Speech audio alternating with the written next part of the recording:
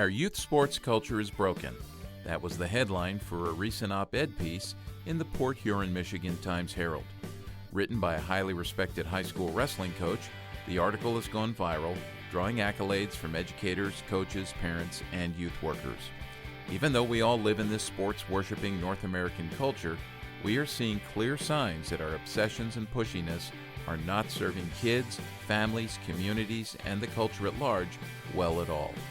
What damage are we doing to our kids as they get involved in youth sports? And what can we do to change the youth sports culture in ways that build kids up rather than tearing kids down? We'll be tackling these questions and more as we talk to the article's author, Coach Brandon Day, on this episode of Youth Culture Matters.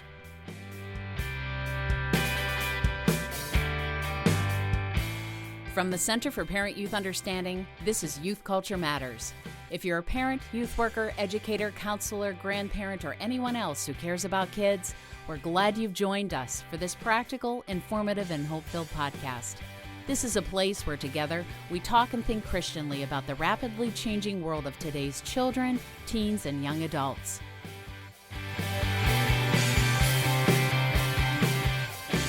Well, welcome everybody to another episode of Youth Culture Matters. We are without Jason Sochanek tonight, but we have replaced him with an able-bodied friend, David Fraze.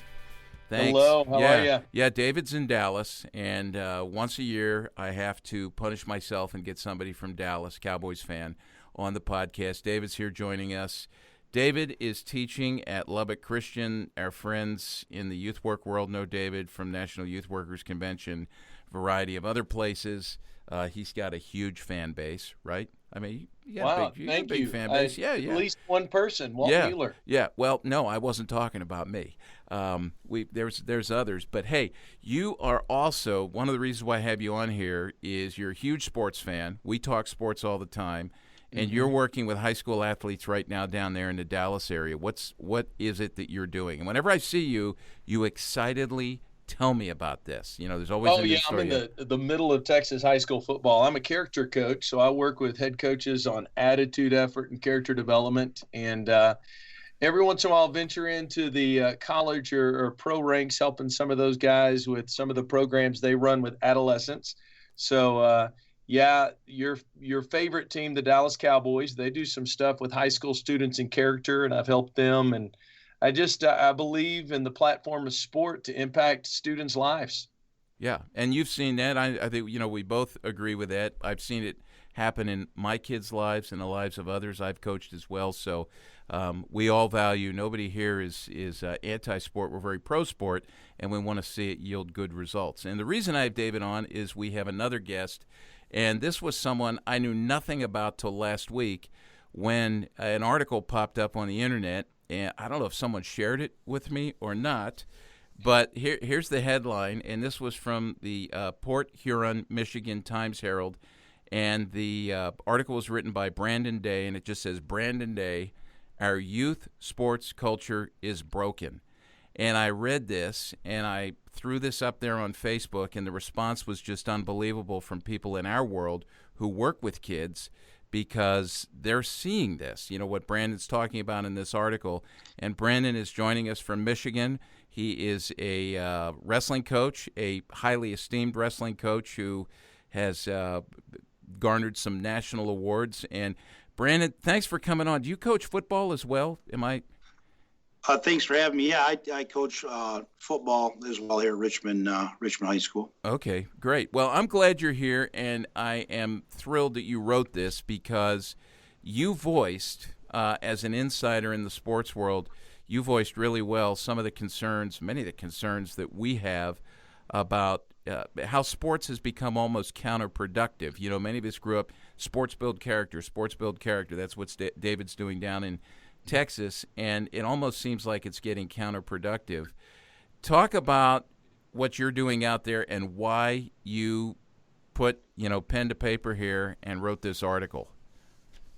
I've been teaching and coaching at Richmond for 17 years, and over that 17-year period of time, we went from, I'd say in the last 7 years, we went from what you were talking about as a society as a whole, athletics teach character, and there, it's something that can be used to help people become better people. And I saw a shift at the lower levels, where it almost went from, mom and dad, I'm glad my kid's involved, to like now they've become like agents for their kids. And that was really disheartening for me. And then that change, we try to fight it, constantly. We want kids to want to be, people of character, and people that can deal with adversity, and not to be objects that, I don't want to say that are used, but objects that are kind of, there's kids are not put in the best situation, because we're not looking at the kid as a whole. We're looking at, my kid is not my kid. My kid is something that I use to, like, I'm managing him. I'm not his mother or his father. I've been told this and this by his youth coach or his middle school coach, so he must be great.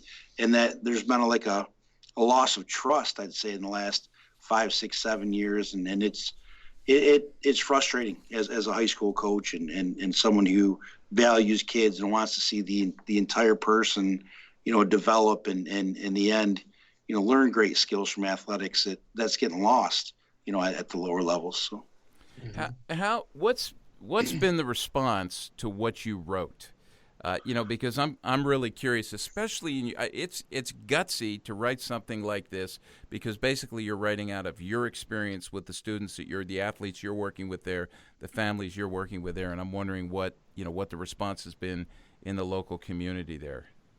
Oh, it's been great, and when I wrote it, it's a lot of these things are not things that I see in Richmond per se. I mean, Richmond is a very small blue-collar community that still has a lot of those values, but it's things that we travel all over the country doing camps and competing and stuff, and things that I've noticed, watching other places, other youth clubs, other high school teams, or things that parents from other communities have said to me or that we've witnessed as coaches. So our community has been really, really positive. I think I've had lots of people text me or email me, and the biggest thing I've got from people is, Coach, thank you for saying that. Like, there's so much pressure for us to get our kids involved in everything. And, reading your article has really allowed me to kind of step back and take a deep breath and say, you know what, there are more important things than getting, 100 jump shots up every morning, or there are more important things than, getting 100 youth wrestling matches in any year. There's, we kind of step back and smell the roses. And parents appreciate that, I think. To hear it come from me as a coach, and it kind of helps them say, it doesn't have to be every day. It doesn't have to be 24/7. Let my kid be a kid a little bit, and for them, I think hearing it from me was, kind of like, he thinks that way, maybe I should take a step back too. So, Brandon, I appreciate, as Walt said, your article gave voice to so many coaches around the country that feel that frustration, and you put it so succinctly and so well.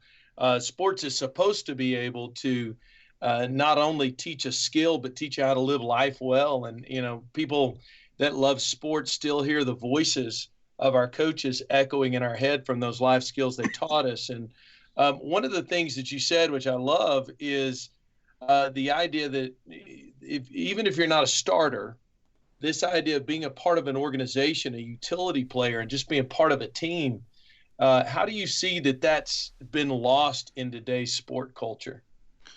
Well, for me, the experience that I've had, I would say, just being in the hallways at Richmond High School and seeing the kids, the amount of kids that get to probably about 10th grade, and that's when they stop competing. And I asked the kids, why are you not doing this? You used to do this, you used to be real good at this. And two things kept coming up: either, the anxiety to perform because they were put under a microscope as, 6, 7, 8, 9, 10, and 11-year-olds. And then, the other ones were, the other thing was, Coach, I didn't start I didn't start when I was 6. I can't be good at it. I can't be good at this. I can't be good at that. And to me, that's a shame. I mean, I try to tell every kid, there's a spot for you. There's a place for you. Not everybody can be, LeBron James or can be, Tom Brady, and that's okay. It's okay for you not to be that guy. I'm not saying don't try to be the best you can be, but know that, your role helps your team, helps your friends, helps your community, helps your school. And either the kid's not willing to accept that or the parent's not willing to accept that. And that, for me, that's pretty devastating, because I know some of my best memories, were, playing multiple sports, and maybe at one sport I was very, very good, but in the other sport, maybe I was okay, but my buddies needed me out there so we could be successful, and that's kind of went away. And we have a lot of, baseball kids in our community. Is a big youth baseball town. And I mean, you could start an entire, 2 or 3 different teams with kids that are walking the hallways here that used to be great youth and middle school baseball players. And, for one or reason or another, they're not involved, and I think we as coaches and parents, we have our job is to keep them involved, and to get them to become, parts of the greater good. Yeah. You're one of the only other persons, when you talk about 10th grade, it is kind of a magical grade, isn't it? That they just stop playing if they feel like they can't be that starter on a varsity sport, or if it is that pressure and they lose the opportunity to grow. You talk about youth sports and the idea of needing to go from one, league to the next. Some of the kids you coach, I imagine, really don't have an off season, a time to just be a kid and let their bodies heal, do they? No, I think it's great to keep kids busy. We're big proponents of 2 and 3 sport athletes here. But at the same time, I would rather have them busy than, getting involved in other things. There's so many things for kids to get involved with today that are counterproductive.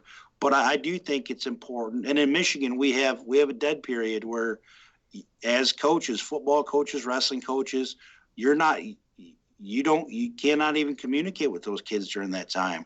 And I think that's important, because kids need to recharge their batteries. They need some time to go fishing, or they need some time to go hunting. And if there was any negative from what I got from my article, is that some people kind of said, that kids, what about the elite kids? What about this and that? My entire point was not to say don't strive to be the best you could be.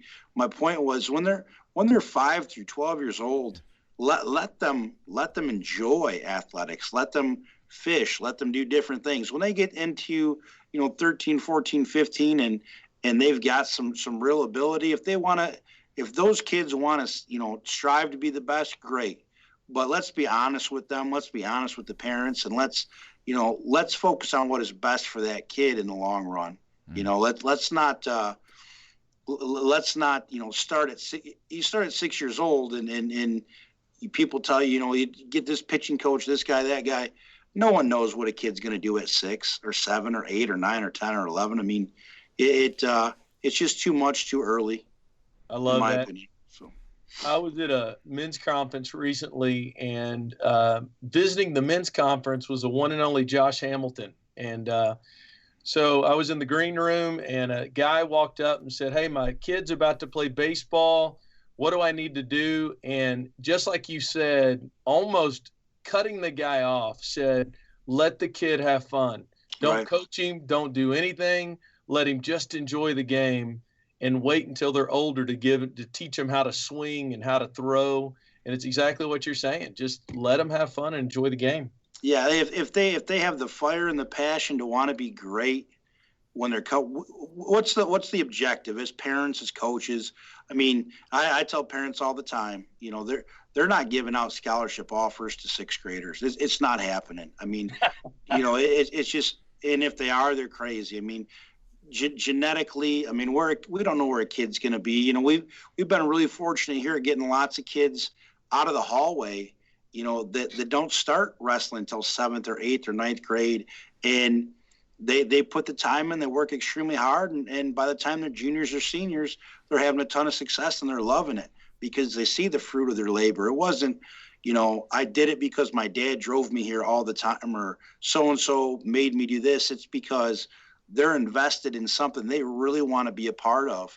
And the life lessons they learn through that hard work and that discipline, that's what we want, right? I mean, that's the ultimate goal. I want the fire hot, and I want the kid, excited about being really good in high school. So if the genetics are there, then then they'll go to college. Like I said, the negative about the story, some people said, well, what about the elite kids? We've been fortunate. I have 3 guys right now wrestling NCAA Division I level, 2 at Southern Illinois and 1 at the University of Minnesota. And those guys all played multiple sports. Those guys they had a fire and a passion to be good at everything and to help their friends and make their community proud coming into high school. They weren't, this is a job. It was, I'm a kid having fun and let's go score touchdowns and shoot double legs and win track meets.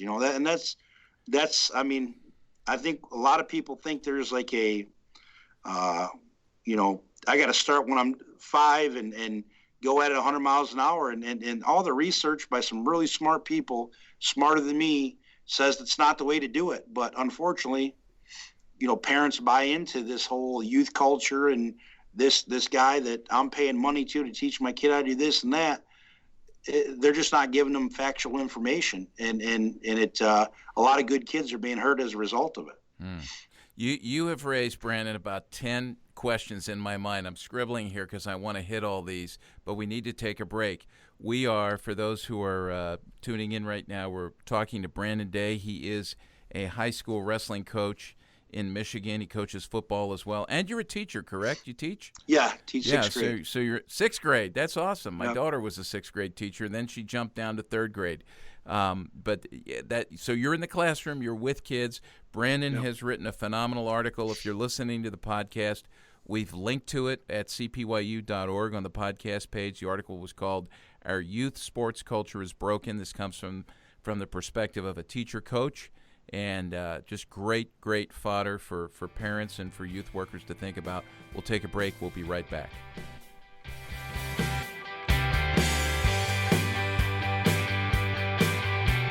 Here at the Center for Parent-Youth Understanding, we want to help you stay up to date on today's youth culture. One of the tools we've developed to keep you current is our weekly Youth Culture e-update. Delivered to you by email, our Youth Culture e-update comes to you in a format that allows you to easily scroll through and quickly choose those stories and resources that will be most helpful to you in your particular setting. To sign up for this free resource, go to our website at cpyu.org, scroll down to the bottom of the page, and enter your email address in the tab marked e-update sign up. It's that simple.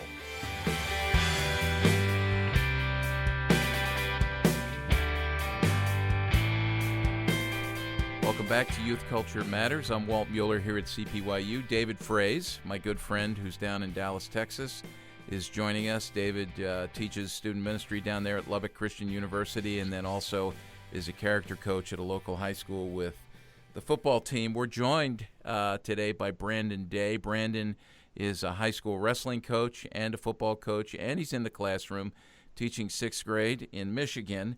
And Brandon had an article that everybody has to read. And I guess, Brandon, you have that newspaper did say a lot of folks are reading this, right? Did you say, all these downloads, how many? Yeah, the last time I talked to the gentleman who asked me to write it, he said there was like 70 plus thousand shares. So, I don't know, what it's at today currently, awesome. But I'm getting, contacts from people in, North Carolina, all over the place. So people I don't know that have emailed me and stuff and had real nice things to say. So it's circulated pretty well. Right. And the article's titled Our Youth Sports Culture is Broken. I hit you up real quick because I thought, man, this is going to get lost, but I want to talk to this guy. This is just brilliant. This is great. Before the break, we were talking. You mentioned the word anxiety. One of the things I say all the time to folks who want to know about youth culture is go find a teacher. go find a coach and someone who's been teaching and coaching for 10 or more years. We used to have to say, 30 or more years, and ask them over the course of their career, what have they seen change in terms of kids? And what I'm hearing now, even from young teachers and young coaches, is anxiety is off the charts. So David and I are familiar with a guy named David Elkind, who, David, when you and I were getting started in our work, with kids, we would hear Elkind, or we would read his books. He's up at Tufts University. He wrote books like The Harried Child and All Grown Up and No Place to Go. And I will never forget something he said. He said, what kids need is a time to grow. What we give them is a premature adulthood. And what results is stress and its aftermath. That was happening in the mid-'80s when he was writing the late 80s. Now we're seeing it being lived out in big ways. What are you seeing, Brandon, as a teacher and as a coach? And from your perspective, I mean, I know there's multiple things, social media, all kinds of things are fueling this, but from, where you've got your feet on the ground in the world of athletics in the classroom, what's feeding this? I think kids are just afraid we're not letting kids fail, and it's okay to fail. I think any good athlete, teacher, coach, whatever. I mean, so you learn more from your failures. And I think what's happened now, there's such competition between, households, in a community that, there's no opportunity for the kid to just say, you know what, I messed up. Let me fix it. We'll go back. We'll do it again. And parents want, success right away. That's the biggest thing. I think in culture in the past, you worked towards success. And now if there's not instant success, people freak out. And I see it in the classroom where a kid will do, 10 years ago, 15 years ago, a kid did bad on a test. He'd say, Mr. Day, can I get an extra study guide, or can we do review time before after school? Now it's instant tears. And I have to spend time talking that kid down and saying, hey, you just messed up. We'll fix it. We'll study. And the fear of failure, the fear of going home and saying I didn't do well, when nobody's perfect. I mean, we've all failed at some point or another, and then you take it into athletics. I kind of touched on before. We've got you a pitching coach. We've got you a hitting coach. We got you a quarterback coach. We got you a weightlifting coach. How are you not all state right now? How are you not, going to be a college athlete? It takes time. It's not going to happen instantly. And what parents need to understand and realize is that every kid is different. Every situation is different. People progress and learn at a different pace in the classroom. Athletes grow and progress at a different pace, on the athletic field. So Tommy and Johnny should not be in competition with each other. Tommy should be in competition with Tommy, and Johnny should be in competition with Johnny. It's not healthy. It's not good for the kid. They feel like they can do no right. And as an adult, as a teacher, I see these sixth graders, and it breaks my heart, because as a sixth grader, I didn't know what I wanted to do. I didn't know where I want. I knew my parents loved me. I knew that when I did something bad, they corrected me. When I did something good, they praised me. And I definitely wanted more praise than getting in trouble. But I figured that out. I was given leeway to figure that out. Where these kids are so micromanaged today, they're not given a lot of leeway to figure that out. I'm not blaming parents. I'm just saying, the culture that's been created, win. Get an A, get an A, get an A. Like, you learn more from getting a C than you do getting an A, and you learn more from striking out than you do from hitting a home run. And that's been lost. That is, people need to be reminded of that. I mean, it's okay to fail. As long as you learn from it, it's fine. Well, this is so good, Brandon. It's funny, the precipitating factor of the NFL and their character program is exactly what you're talking about, that we're so into the wins, we forgot about the lessons that you learned through failure and just participating. And you do such a good job in your article talking about how a kid is more than what they accomplish. Really to get, you said it really well, to say you can be the best you can be but our society comes at them and says, you got to be the best. And for a coach, coaches don't coach that because it's impossible. Right. All you can do is your best. So let me ask you about this. There's a formula made famous by Ohio State. Not a big fan, but they're a pretty successful football team. The Right. E plus R equals O formula. The event plus a reaction equals the outcome. I found, and I'm interested if you could find, that sometimes that formula doesn't work today because of what you're talking about. All of the events of these young people have been so controlled that when they do fail, they don't know how to respond. The formula is void because every event's been controlled. Would you agree with that? Yeah, I think, I think about the kid who maybe matured quicker than other kids and who was extremely dominant in middle school. And now the other guys have grown and kind of passed him by. And so what am I going to do? I think the reaction now is, well, I'm going to blame somebody because I'm not as good as I used to be, or I'm just going to quit because I'm not as good as I used to be. It's not, what, there's a role for me and I need to fill that role to help my team for the greater good of the community, the school, everything. That is lost because these kids, parents, why is he not number one anymore? Why is he number 4? Why is he losing to this guy when he used to dominate this guy? And parents don't get that, genetics and Mother Nature play a big role in that. It doesn't have to be someone's fault. It doesn't. Kids progress at different rates. I was talking about in the classroom. I mean, I became a teacher in 6th grade. I had no idea I was going to be a teacher. My parents just tried to support me in everything I did. And I figured it out. Kids aren't given the opportunity to figure it out today. It's not. And then when they fail, it's like I've seen so many kids, their feet are in quicksand. They don't know what to say. I mean, they're just, they know there's going to be people asking questions and they put so much stress and pressure on themselves when it shouldn't be that way. It shouldn't be that way. Brandon, in contrast to some of those controlled environments that you're talking about and that micromanaging that parents tend to do, in your article, you talk about as a kid being able to just do those pickup games in the back of that, right, in the field near that roller rink that you talk about. Do you have any suggestions as to how we can encourage that type of play and enjoyment of sport in that type of setting, which because of the micromanagement and because of the controlled settings, kids don't often have the chance to do anymore. Do you have any suggestions on how we could get back to that? I would just say, one of the biggest things that I got from people, feedback from my article is people said, it really helped me. It made me take a step back. And I would, in anything, I don't care if you're a teacher, a coach, doctor, or whatever, really go seek out people that are experts in that area, because I guarantee you, people that are masters in their area that don't have a monetary motivation are going to tell you this is what's, I've been lucky enough. I had 2 friends that were phenomenal. One that was professional athlete long-term, one that was there short-term. And with their kids, they're not doing it like these people are doing it.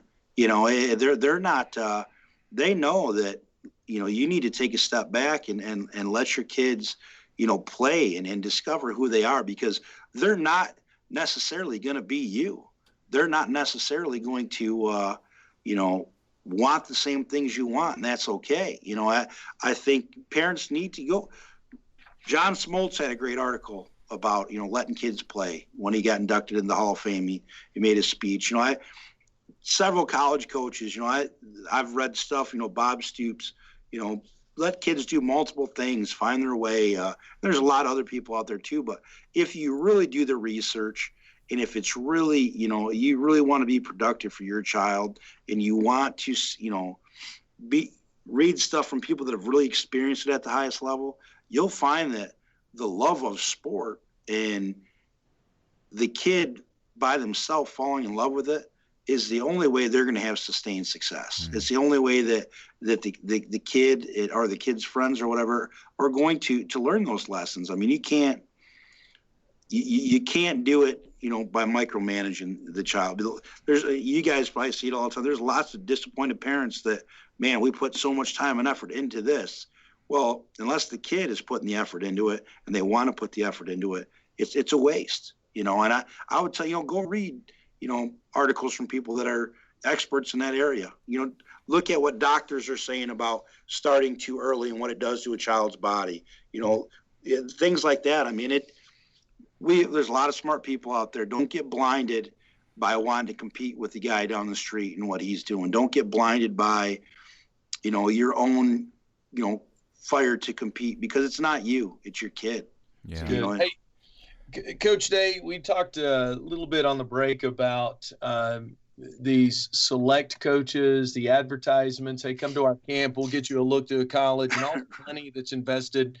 Can you hit us with some percentages and kind of a reality check for our listeners? How many of your high school athletes are going to make it to the next level, girls and guys, and who are going to make it to the pro levels? Oh, I mean, the statistics, I mean, you can, the NCAA puts them out there, for goodness sakes. I mean, the NCAA puts it out there. With the MHSA, our governing body, they always put things like, going professional and, something other than the sport. I mean, it's such a small percentage. I mean, I'm not saying that to deter kids from chasing their dreams, because it does happen. We've been fortunate. We've sent kids to the Division I, Division II, Division III level, all that stuff. But genetics play a huge role. You can be the hardest working kid, this and that, and it may not happen for you. And for parents, I mean, I read an article this fall on one of our local papers where a 10-year-old was sitting down and signing a letter of intent that he just signed with a Fed baseball team. And I felt so bad for that kid, because I'm like, that's setting you up for nothing but failure. That is, I hope to God that you don't peak at 10 years old and then you look back at 17 and say, man, at 10 I was this, what happened? I mean, that it's rare. It's rare. I mean, and the people that do make it, for the most part, they're born with that. That's going to happen. That ability is God given, and there's no amount of hours with a pitching coach or a batting coach or whatever that are going to get you to run a 4.3. Either God has blessed you with that ability or he hasn't, and that's out of your control. Mm-hmm. Wow. This is so good. We're going to take another break here, and then we're going to come back, continue our conversation with Coach Brandon Day about his article here, Our Youth Sports Culture is Broken. Some great insights. Parents, I hope you're listening to this, because this is so helpful, and the kinds of things that he's talking about, really, I think if we take them to heart, will strengthen our relationship with our kids and set them up for success rather than for failure, as we are so many times. So let's take a break. We'll be right back.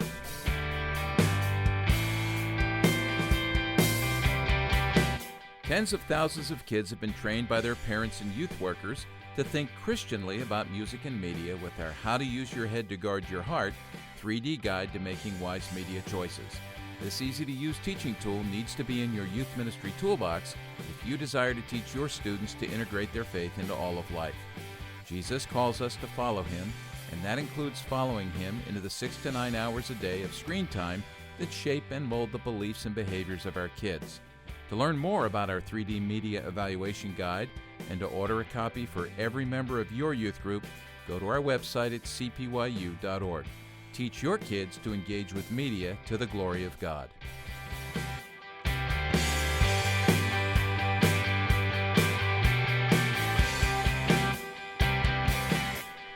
Hey, we're back, and we're talking to Coach Brandon Day about kids and athletics and the kinds of pressure that kids are under. If you are listening to our podcast and you haven't seen Coach Day's article, and the article's titled Our Youth Sports Culture is Broken, it appeared in the Times-Herald in Port Huron, Michigan, and you can either Google that or go to our homepage for the podcast, cpyu.org, find the player for this particular episode. What are we up to here? 78? This is episode 78. Episode 78, and find that, and that article will be listed down there. By the way, folks, if you're listening, it is helpful if you're listening like on Apple Podcasts or wherever. Go ahead and give us a good review. That helps us, and more people learn about the podcast that way. So, Brandon, we were talking during the break with you about just this money machine, this craziness that's out there in youth sports where, kids are traveling, families are packing everybody up and driving halfway across the country for a weekend or a week, paying boatloads of money, not just for hotels and meals and gas or flights, whatever, but they're dropping money in the pockets of these, organizers of these elite camps or these, tournaments, whatever. But talk a little bit about that, because that, to me, I mean, my wife and I had this conversation. I feel like that's shady business, and I don't think, number one, I don't think it's especially helpful to kids and to families, but I also think it's shady business. I don't want to put you on the spot here, but if you feel like I'm onto something, you're basically throwing money in people's pockets, right? With great promises, little return. Right. I think there are some great people out there that do some great things for kids. But when it comes to the tournaments, there can be 5 different national tournaments on the same weekend throughout America. So who's really the winner? Who's the national champ? Well, the winner is the person that's collecting the registration fee. It's not the kid, it's not the parents, and it creates this. I can only speak for wrestling because that's what I focus on, and I've seen kids for every great kid that makes it to college that took that path. There's 7 that don't, right? And you've got or more. Then you got the parents who have put $40,000 to $50,000 from the time this kid's 5 until the time he's 17 into the he's a 7-time national champ before he gets into high school, and then he gets into high school and he never grows, and there's no scholarship offer when these people have been telling he's a 7-time national champ and we're going to get him ready for this and that, and it's just not realistic. It's I feel bad for those people. I talk about my article a little bit. We take a ton of pride in not gouging our parents, for money. Your kid is given an ability level that they're going to reach genetically, whatever it's predetermined. And if you think spending $50,000 from the time they're 5 to the time they're 14 or 15 is going to get them to that level, you're mistaken. It's not. These people make promises. They and then, to be honest with you, I don't know how many of them are connected, with college coaches to get them scholarships. I don't think a lot are. I think there's very few. I think if you're really truly being honest with a parent, there are a lot of factors that are going to factor into that kid being successful at the high school level and then translating into a successful college athlete. It's big business, and we have to use common sense. Your 7-year-old is not going to be.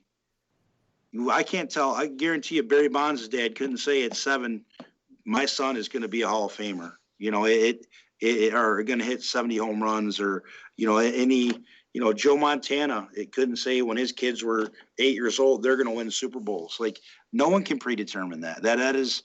If people are making promises and parents are paying money for that, they need to take a step back and use some common sense, because it's just not realistic. Yeah. We have a family here that I started coaching when their oldest son was in first grade, and both parents were college athletes. Dad was a teacher. Didn't really have the money to do all the things that he felt he was being pressured into doing, and I told him, if you will listen to me and follow this pattern, we can help your kid be successful. I wasn't saying your kid's going to be a D1 college athlete, but genetically the kids are pretty gifted, and they spent 1/10 of what the average, baseball, wrestling parent spends, throughout their kids' careers. And their kids have been very successful for it, and we saved those parents a lot of money, but we were honest with them. I wasn't motivated by financial gain to help those kids.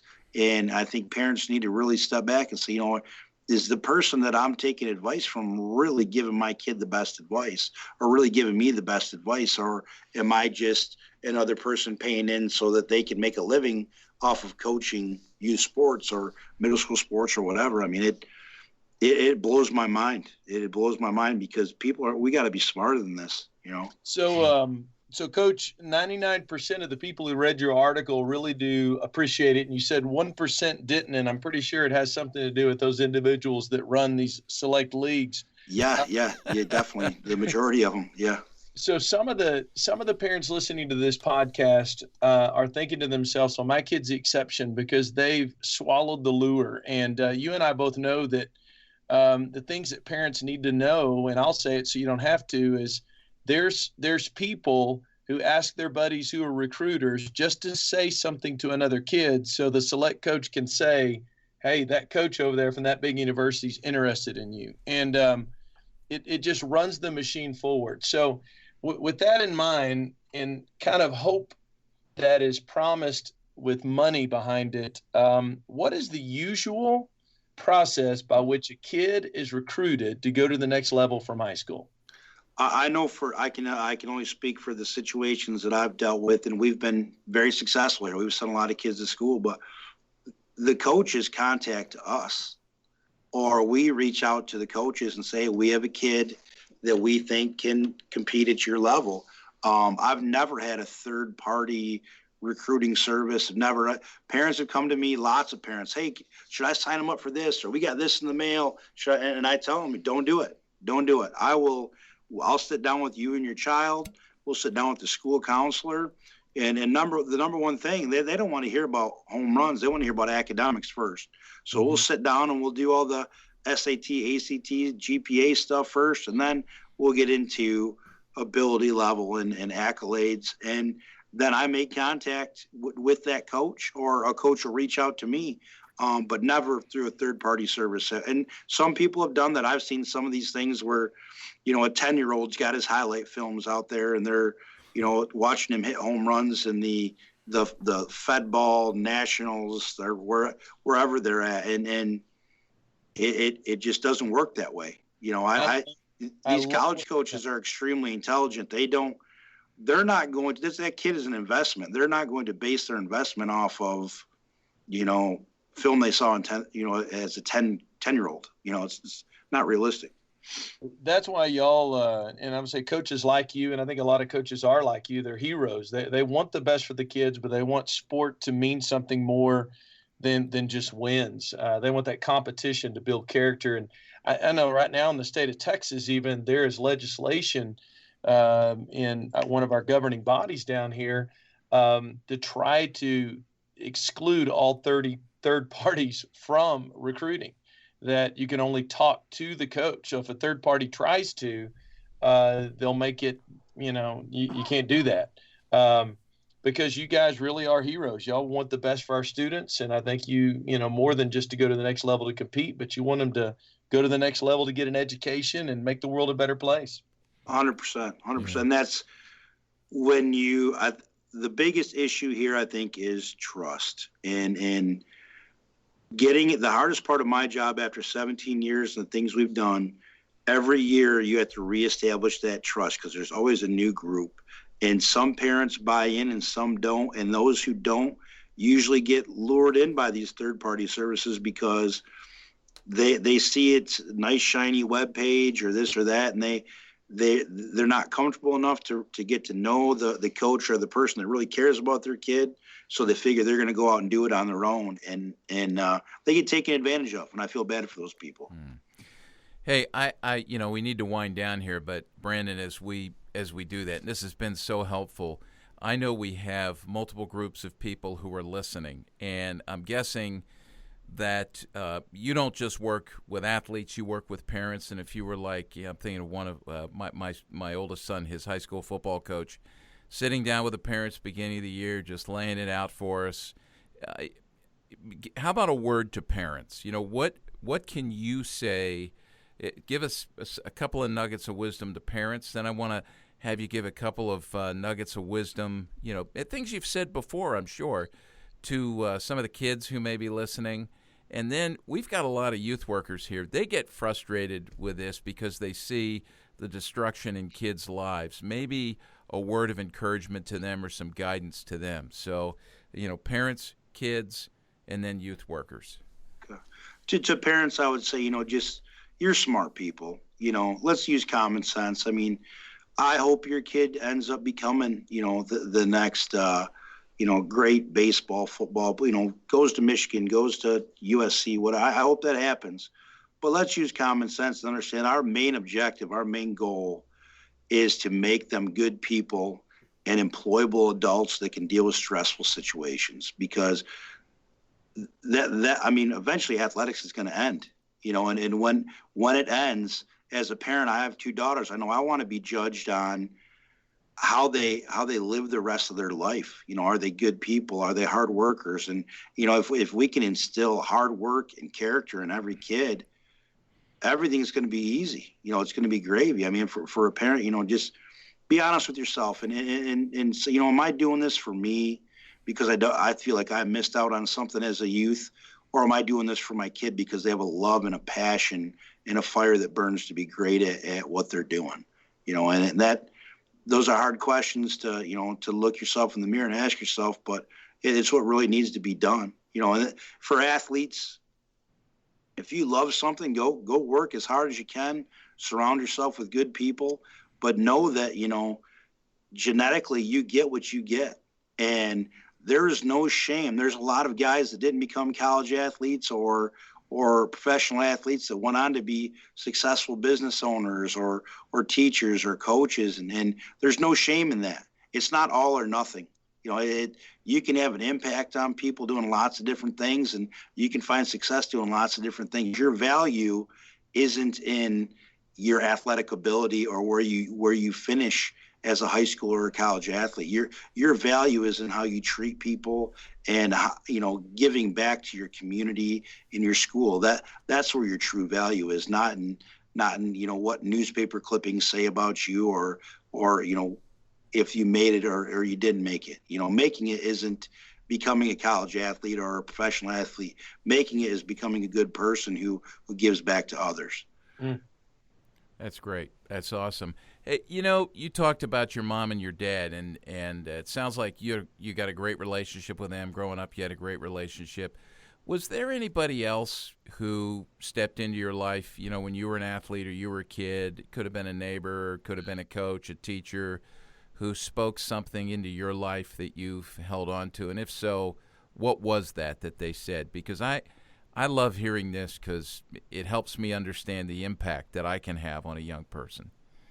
I have 2 older brothers, and both very different, and one very successful in the military. The other one, coached me wrestling wise, and just watching them, I learned more from watching them struggle in certain areas and have success in others. But the morals and work ethic that they impressed on me, along with lots of great coaches. I mean, I've been fortunate enough to be around some great people, and I'm mentored by a guy here that I coached with named George Hamlin, who really hammered home the lessons that my parents already instilled in me. I was lucky enough. My mom, we come from a Christian family. My grandfather was a minister, and my mom could always put things in perspective for me. Hey, you know what?